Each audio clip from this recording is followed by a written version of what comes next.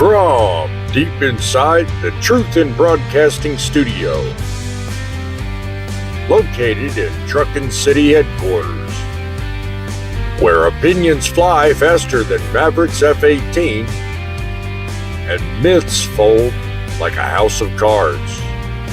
Get ready for the most unique live show challenging you to believe what you see and learn something new every day. Featuring the El Rushbo of Truckin' News, Mr. Attitude himself, your host, Deviator.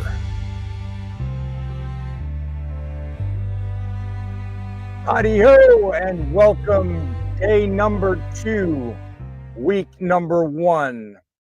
The war is on.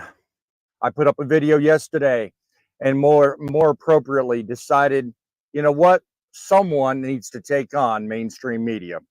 I call it Main Street Mafia. It's so apropos and it's so named because I watch week after week. The entire reason I started this program is to challenge the Main Street Mafia. I take on week after week, stories after stories after stories, both video and article, and I take on the issues that are repetitive, narrative, what I call milquetoast reporting. I don't like when Main Street media decides to paint the trucking industry with such a broad brush that does not exist. Truckin City media is here to challenge that narrative. I'm sick and tired of them painting us as an industry we're not, putting us in a box and forgetting about us until Christmas, which, by the way, comes up once every 4 years for them. Every time someone gets elected, let's turn trucking into something that it ain't. Sure, I don't like it. I am repulsed by it. We are being used, and I'll tell you what, it's time someone took a stand.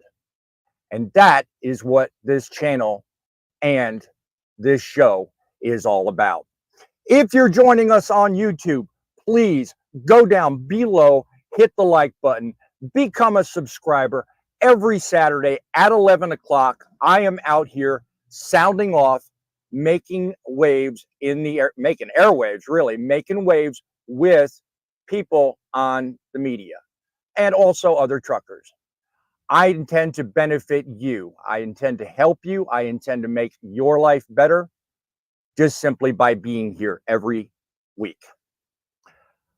If you're on Facebook, I do have a link in both YouTube and on Facebook chat. If you want to become a guest, by all means, click that StreamYard link, and you will then pop up in my backstage area, and you can chat with me or other viewers about issues that matter to you. We are the People's Network. I have coined the term TIBN. Rush Limbaugh has excellence in broadcasting. I have TIBN, which is slightly different. Truth in Broadcasting Network. That is what this channel stands for. We hold the Main Street Mafia, yes, and I almost said it wrong, the Main Street Mafia accountable for all their wrongs. You're either going to report or you're not. Make it sound right. Make it the truth. By the way, if you're on Facebook, you can leave stars. I'm not monetized yet on YouTube, but I'm working on it. And you're certainly welcome to leave stars. They are in the link below. I just want to make sure that I'm connected with everyone before I live on that one and live on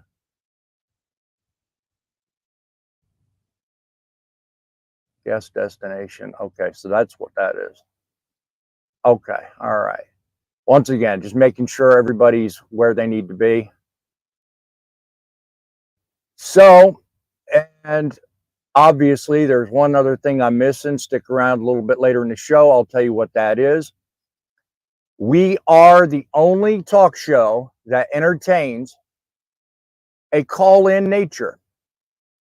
As we get talking about our issues, I will present you with um, with a phone number, our studio line. You can call in if you're not tech savvy, don't know how to type, don't do a whole lot of things. You can call in and you can sound off about any and all the issues we talk about today. Speaking of guests, I'm going to bring our first guest on, and I am quite in love with the way he thinks. I've had some time to chat with him off stage. Say hello to my friend from the north. I call him Poet, and he's true to his name. Oh, I want you to give everybody a little bit of introduction to, and cat behind you, a little introduction to what yourself is all about. What's your career been like? What you kind of experience you got, and what, by all things, made you tune into this crazy show? Okay. So I've been known as Poet since I was 13. I used to take people's names and turn them into dirty, filthy limericks. I quit doing that stuff about 15 years ago. I pissed a lot of people off, but whatever. I'm 70 years old. I started trucking when I was 16. The day after I got my license on my birthday, I had a job driving a 10-wheeler flatbed from the Toronto area to downtown Chicago 2 or 3 times a week. Nice.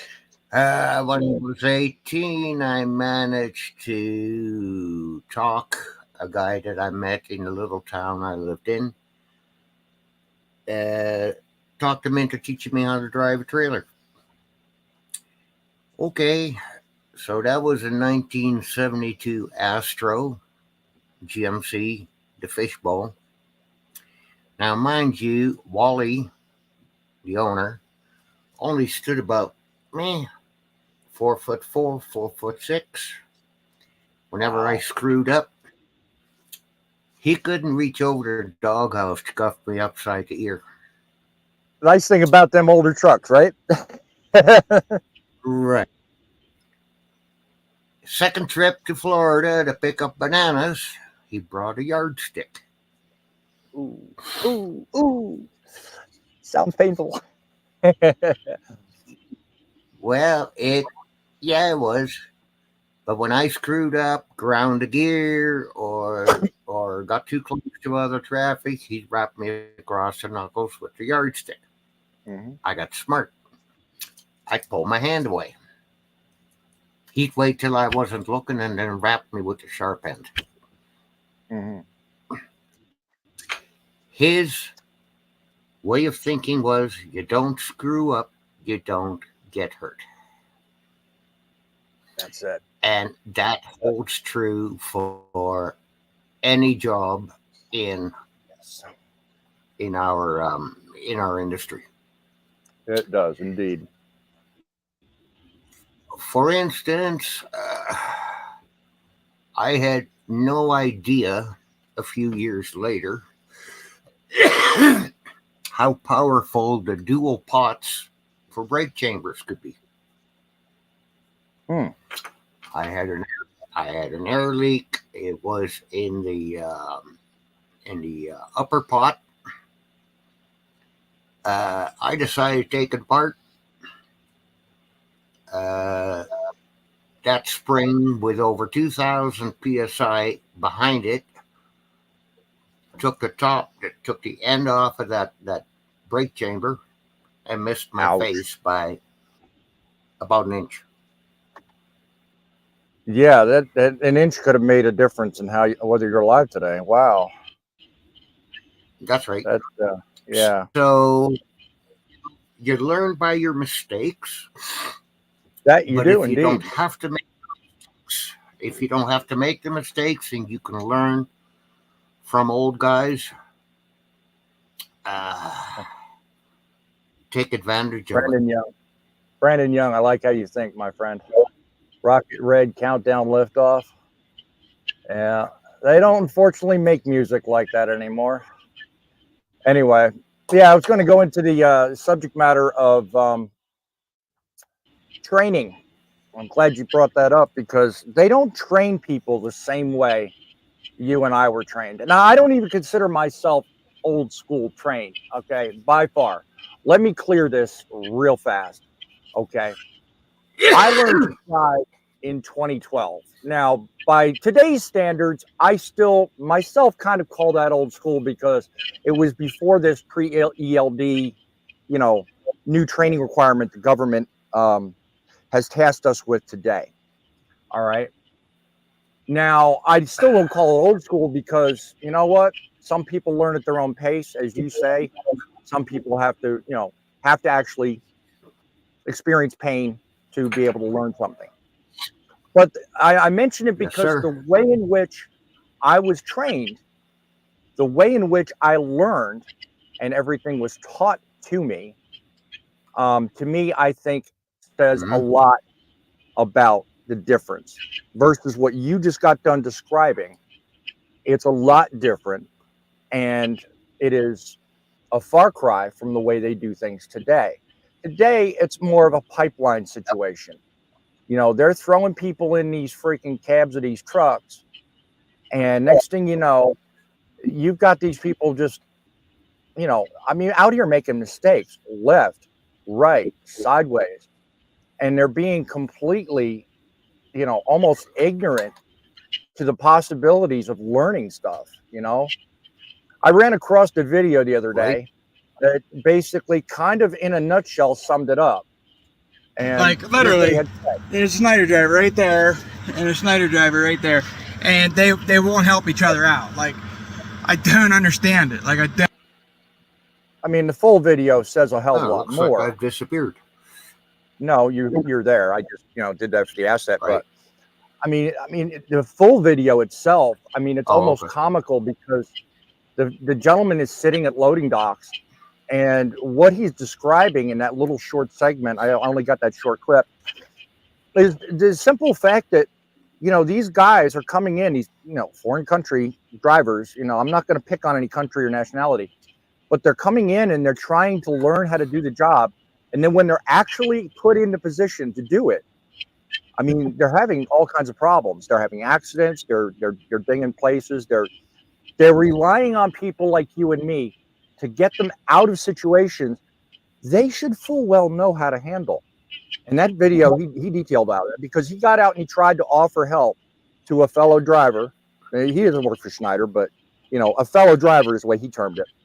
But there's one driver on each end of him, and neither one of them would get out and help the other back into a door. And he thought it was the funniest thing. And that's kind of what I got. I got the clip because I'm like, that's exactly what right down my alley. It's what we're talking about. It leads me to the point that today's training standards are so much lower than it used to be in the olden days. What do you think? Okay. That brings up a good point. Do you remember a few years ago the driver that blew through a stop sign and killed 16 hockey players in Saskatchewan? That is not something I remember seeing. I don't probably at that point in time. I probably wasn't exposed to Canadian media the way I am today.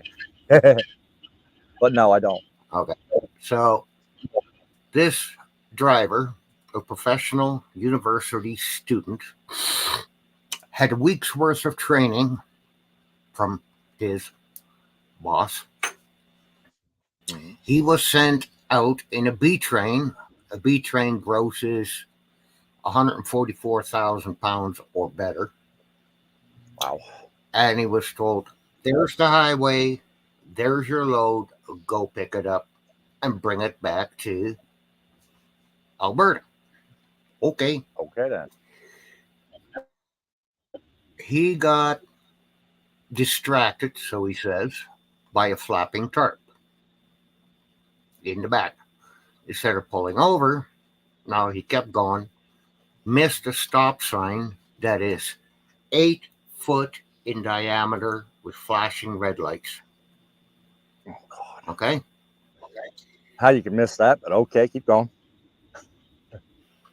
A bus carrying a hockey team broadsided him. Oh, ouch. 16 young people got killed. Nasty. Okay? He Any had a loss week's of life worth of is bad. training. He got sent to jail. 8 years. As well. He was out in 4. And I say probably something a lot of your fellow Canadians probably said. Not only does the driver need to go to jail, but the person that gave him the keys and instructed him to do that, he also needs jail time. Because that's part of where the direction I was going in, because, and I'm glad you brought that up, because I mean, the training schools themselves are making a killing today, but they're only doing half the job. Not even half. Well, I'm giving them credit. I'm being generous. I mean, I'm not. They are doing something. They're doing what they're legally required to do. I get that, no problem. And it's not cheap running a school. It's not cheap running a trucking business. Yeah, that's a whole nother show. We can talk about that all day long. But I'm of the mind, like the old school mind of you and I back in the day. If you're gonna do something, do it right. You know, I mean, that is clearly and obviously the best medicine. Okay, so coming back to that same situation. Okay. Yeah. He got carted off to jail. His boss lost his safety certificate. You know that piece of paper that we all have to carry? At least he lost that. At least he lost something. He had the message sent clear as day. The next day he was at the registration office trying to open up another company under a different name using the same address. Yeah. Hopefully they shut him down. But that's a whole topic, another conversation, another video. Got a friend on our show today, Brandon. Comment number 2. He says these guys now can't even use a blinker. Shift through 18, signal you back over, use a CB, change a tire, top it off. Hell, they can't even drive. Yeah, there's a lot in that comment. There is a lot in that comment. Let me tell you. Okay, so personally, I quit using a CB because up here in northern Canada, we don't use CBs. We use VHF radios, which have a range of anywhere between 40 and 16 miles. Or 60 I was going to say, miles. VHF radios reach a hell of a lot further than the citizen band radio does. Yeah, that makes sense. And the fact is that I go off-road into the bush. Each road has their own special channel where you have to call out your mileage. Yes. Yeah. Some of our drivers at the company I work for, they turn it off. Well, it's noisy. Yeah, it's noisy, but guess what? It's a lifesaver. There are, believe it or not, and I think this is ludicrous, there are a number of companies in this country and they're mega carriers and they're big companies. And I'm not going to pick on any names on this show, but there are those mega carriers and companies out there that actually frown on the use of CBs. They actually have it in their rule book that if you're caught having a CB radio, you will be fired, which I think is stupid. But they prove to have, they claim to have the statistics that prove that the distraction from the CB radio is just as detrimental as that of the use of a cell phone. No, I think it's a life-saving thing. It's no different than listening to the AM/FM on your dashboard. But that's my opinion. That's frankly just the way I think. But I think it's ludicrous that, I think it's ludicrous that a life-saving piece of radio equipment be excluded from the vernacular of what is basically the lifeblood of the economy. And yes, I meant every word I said of that. I mean, what else I see in that statement, and Brandon, thank you for contributing to the conversation. I see basically the beginning of the conversation for next week, because honestly, I mean, there is so much there in that statement. Signal you back over. I mean, in the old days, you used to be able to, count on the flashing lights. Nowadays, they blind you with the high beams and say, "Hey, move over. That's wrong. I've got problems with that." They don't know how to talk on the CB radio. However, okay, to the positive of flashing, when you have your your daytime driving lights on, you can't turn them on and off. Exactly. Yeah. You need to physically turn on your headlights, Yep. and then flash those. So yeah. Where are you going to go with that? Yes, it's a pain in the butt, but well, it is, and regardless of the at least modifications and safety issues that they put in today's truck, it's one thing to know they're there. It's another entirely to use them correctly. And again, we could have a whole show on my thoughts about ways to communicate other than the CB. Today we're talking about us older folks basically trying to mentor and show the younger fellows how it's done. So that in that statement and in Brandon's comment, I'd like to migrate into point number 2, and that is, we've talked about the training schools and how they're different. Let's talk about the people that actually do the work, the people that actually train. And I'll start off with talking about my trainer. My trainer was a fella with a company I won't mention, because I really don't want to give that company any credit for anything or any reason to be in my show. But the fella, I'll tell you, his name was Robert, and he was an excellent trainer. My guess is by the time he started training me, he'd already been in the industry almost 20, 25 years. He'd been in it quite a while. So as time went on, and if you come back, Albers, and your screen is no longer there, I have not booted you from the show. I've just basically taken over. You're still with me. But when it come to training, I think this fellow was severely old school, and he was backseat driver. I'll get to you in a minute.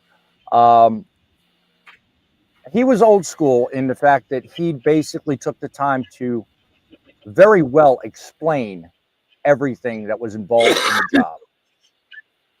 He made sure to tell everybody that he had in the passenger seat, look, this is why you do this. This is why you do that. And he even blessed me with 2 other things. One, he blessed me with an experience in New York City, which to this day I will never forget. I can make an entire video out of what happened and what I learned in New York City alone, just based on him. But what I will give him proper credit for is actually taking me home on his break and introducing me to his family. That to me was a heartfelt thing that not all trainers should do. I don't recommend everybody do it, but the way in which he went about it spoke the world to me. And it actually not only opened my eyes to the industry, but it opened my eyes to the potential behind everybody else. I don't mind taking a moment out of my day. If you're in a truck stop, or if you're in a tight spot, or you're having trouble, I don't mind taking a moment out of my day to show you, hey, this is the way I do it. Maybe help your way of thinking, maybe help you along. I'll take you for that 2 minutes. I'll take you under my wing and say, hey, look, if this helps you, God bless. If it don't, forget it. Then we'll move on. I don't see a lot of people doing that today. What's your thought on that? I still do. Mind you, I also learn from new drivers. Okay. My philosophy is I was talking about backseat drivers.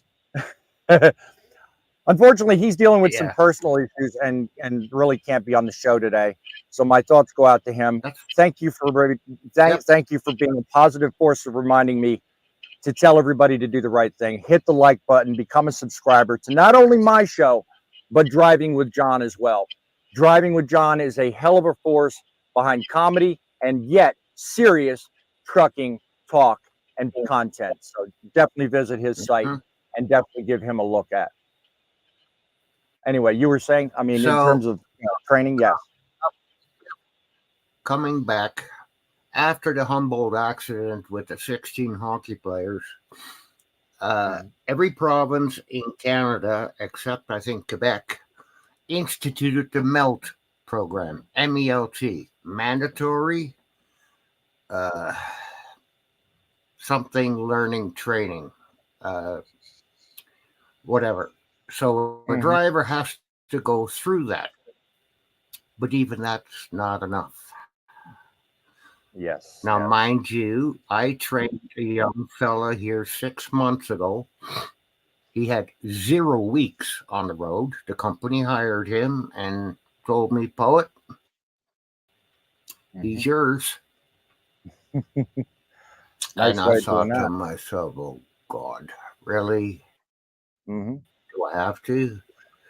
Studio lines are open. If you have something to add and you are not good at typing, if you are not that versed in computer, he's still with give me a call. 6 months later. Yes, he had. Give me a minute, Albers. There, I just want to basically try to run the show, as it were. Never works the way you plan it, does it? No, it doesn't. Studio lines are open. Give us a call, chime in, give us your give us your comment, your pointers, any tips for training young guys. 860-785-3547, 860-785-3547. I am taking calls, and we are here talking about trucking, training, and the older fellas trying to show the younger ones how it's done.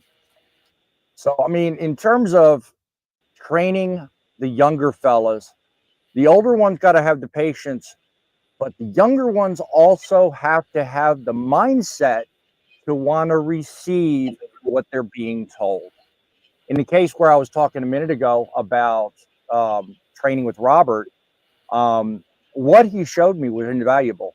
I mean, we spent literally 4 weeks in what I considered hell circumstances. We were back and forth between New York and Ohio on a regular basis in the middle of winter.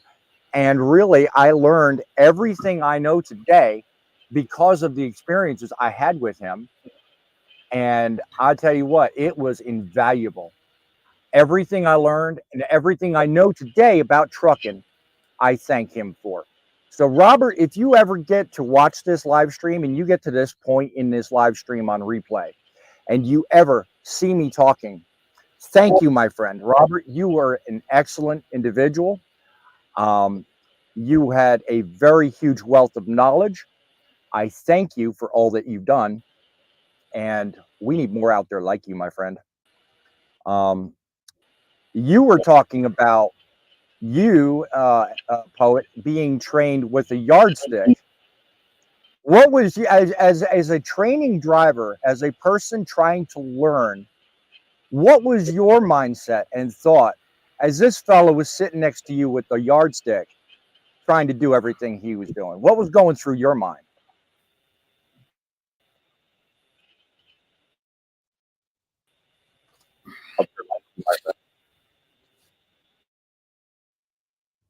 I think we've kind of momentarily lost the signal with you, Albers. You're coming through, but your audio's not. You're not coming through very well. Let me ask the question one more time. Hopefully, you hear me a little better this time. When you're sitting in the truck with this fella that's training you, and he's got the yardstick mentality that he's got, and you're being trained by this other fella, what are some of the thoughts going through your mind in terms of the way he's teaching you? And what are some of the takeaways from the things that you learned? Better shape up or ship out. Yes. that really I knew nothing, even though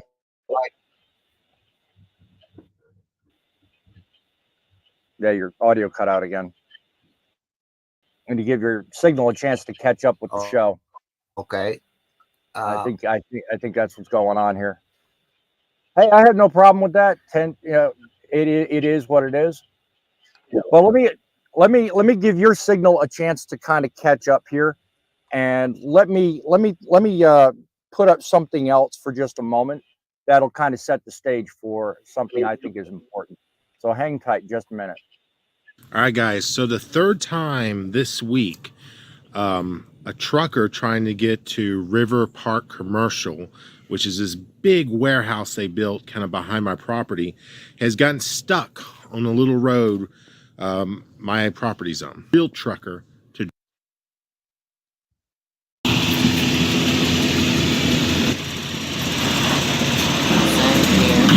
yeah, the bottom of my heart. Get it. Keep going. Just like that.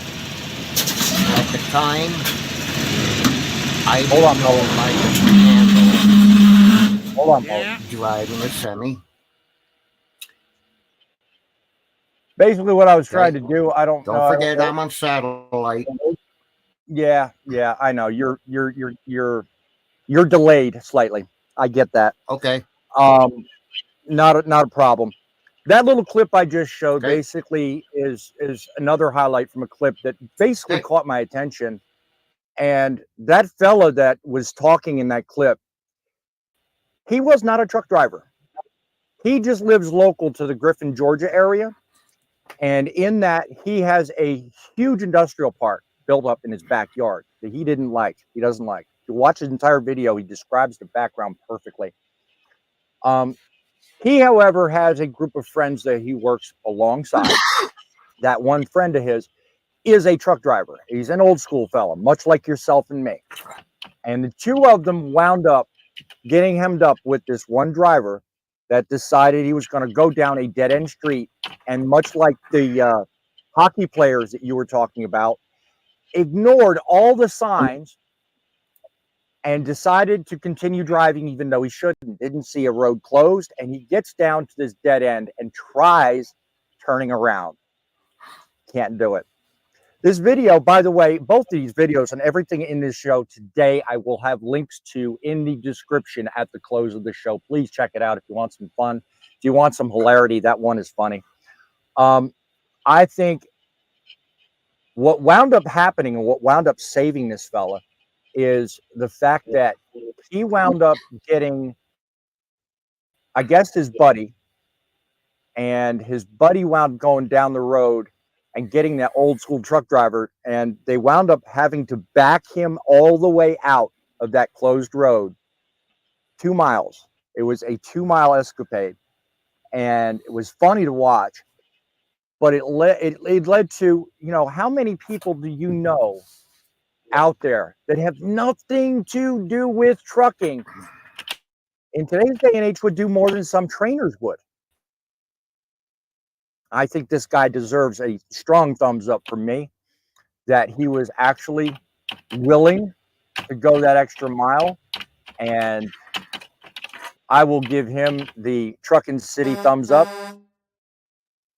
And excellent work this man did. But how many people do we know of in this day and age, not affiliated with trucking, would actually go out of their way and do something like was displayed here? Have you ever run into somebody like that, Poet? Chime in if you have. Not many. It's not an everyday thing. We hardly even see that kind of thing going on in truck stops either.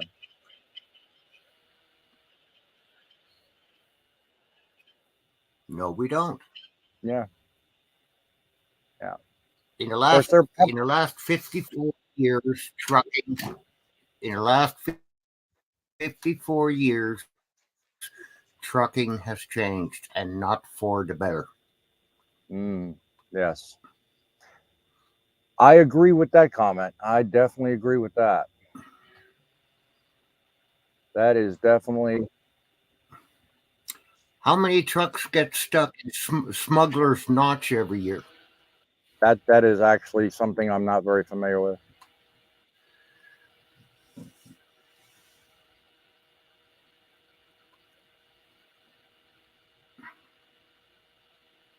Bear with me a moment. I'm updating something here.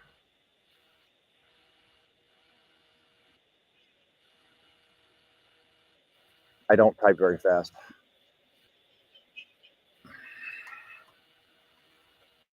And naturally, I have to get notices. Yeah, okay, thank you.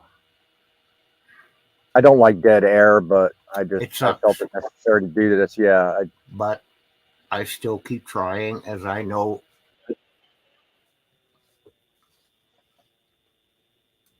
I mean, there we go. I still keep trying. I'm not going to quit. I put my own comment in there, hopefully to spur up some interest.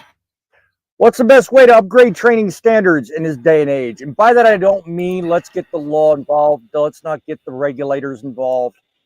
I'm talking about common sense. I mean, nowadays it's paper mill. And by that, what do I mean? You get garbage in, you get garbage out. You get these schools, they have 50 PSU classrooms, they fill them. I mean, they fill them, literally. The training school I went to, same example. I went with, thankfully, there was only maybe 8 other people, but there was the school down the road full. I mean, they had a waiting list. I mean, I think a large part of the mentality is based on the fact that the government and Main Street Mafia, I love using that term, they decided to put out this narrative that there's a shortage. My friends, there is no shortage. We have an overcapacity. But for the last couple of years, they've decided to pipeline that theory into everybody's head. And like I've said in a video before, if you hear something enough, whether it's true or not, you begin to believe it. So now they've got this narrative out there. They say that there's a shortage. Everybody believes it. Now they're pipelining all these people out there, and they're getting everybody into this mentality. Oh, it's great. We get everybody in here. We can make all this money, and we'll keep training them. The only one benefiting in that scenario is the school. The person they're training is getting nothing. The industry is getting nothing but more accidents, and it's raising our insurance rates. So it's really not doing any good thing at all. So I asked that question from that perspective. If we're going to upgrade anything, and we're going to talk about truck driver training, I think it needs to start with the requirements, the standards. They need to be raised, and that's where this conversation starts. I'm going to go with somewhere in a minute, so stick around. Near the end of the show, I'm going to drop a bomb on you guys, and you may not, or you may like it or may not, but it's going to lead somewhere, I promise you. What are your thoughts about that? I mean, in today's trucking schools, do you think that they do enough for you? Comment below, guys, if you're watching. I want to hear what you're thinking too. But what do you think there, Poet? What do you think about today's trucking schools compared to our day?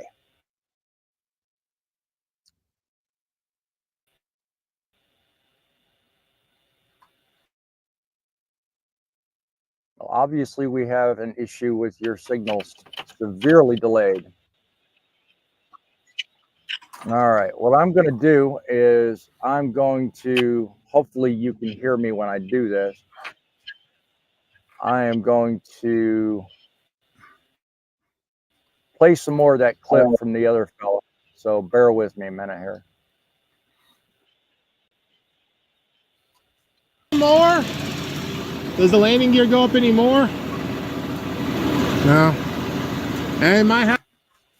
Once again, bear in mind, this fella absolutely has nothing to do with trucking. I have to try to pull it forward and this back all the way out, which would be terrible. Driving this tractor trailer for the driver who doesn't seem to know how to back up. My buddy's old redneck. He's doing pretty good. He does have a CDL still. So basically, this guy can't read, which is scary because, you know, he's a trucker. But there's signs every 5 feet that say bridges out, bridges out. Some of them even light up. Some of them have flags on it. And he ignored all that, the dead end signs, all that. And I tried to back him down a little road, and it didn't work because the landing gear grabbed. So now we're having to back him up 2.5 miles, something like. They eventually get him there and get him Driving situated. 1 week. He's like, I don't have any cash. I'm like, I don't want your money. Don't worry. Yeah, he's like, well, I don't have cash, man. I said, don't worry about it. Oh God. And I was gonna stop at Sean's Yeah. and just tell him to go down. And I was like, never mind. Is this where his delivery is? Yeah, Procter and Gamble. This big bull crap. Which is this big warehouse they. I tell you, it just surprises me from time to time. We get into this business, we think it's something it's not, and we find out real quick what it is. I'll be honest with you. The way they're putting out trainers these days and the way they're putting out people in these seats, we need to have more people that are like the thumbnail on this broadcast. This industry needs mentors. It needs people like the guest I just had on this show. We need to actually take the time, take these, if you show promise and if you actually do care about the industry, take time, show people the right way to do things. Make it look like you care. I mean, it don't take 5 seconds. Take a few minutes, show somebody the ropes, get somebody the idea of the right way to do things. 5 minutes. It's not a lot to ask. Anyway, I'm going to leave you with this, Poet. You can tell me something. Name one great takeaway from your experience with the fellow with the yardstick that sticks with you today that you are so thankful for.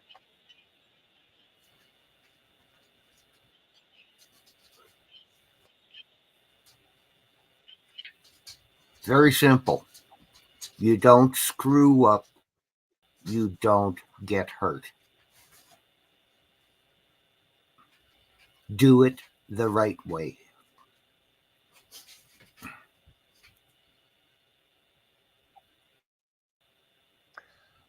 Amen to that. I don't know if you can hear me. I can. I got you loud and clear. Do it the right way. I like that. That is okay. By far probably the best advice anybody can give. Well, Poet, I want to thank you for joining me on this broadcast. It's been wonderful. I normally keep it at about an hour, but it seems like today God is not with me. Your signal is having trouble with you, and my schedule is pushing me forward. So what I'm going to do is I'm going to strategically cut my losses and plan a show for next week that will, God knows, hopefully knock your socks off. We will most likely pick up this very topic, but then again, we may not. We may, and Poet, stick around after the end of the show. I will bring you back on and talk with you privately. We will certainly make do with learning this technology so that we can give you guys a straight show.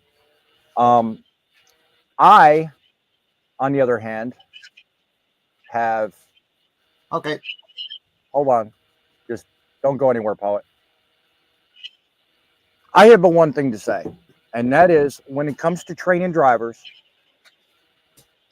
a cup of coffee is cheap. 10 dash. Okay. All right. Maybe the delay is on my end. Okay. One moment, Poet. When it comes to training drivers, a cup of coffee is cheap. But worthwhile advice you can use well into and after the training's over, that's priceless. Take a few moments, take someone under your wing, give them the time of day, and give them some great advice. Because you know what? When it comes down to it, we're all out here trying to do the same thing. We're all out here trying to make a living, and it's not easy. If we take a few moments, we show everybody the ropes, things will be a lot easier.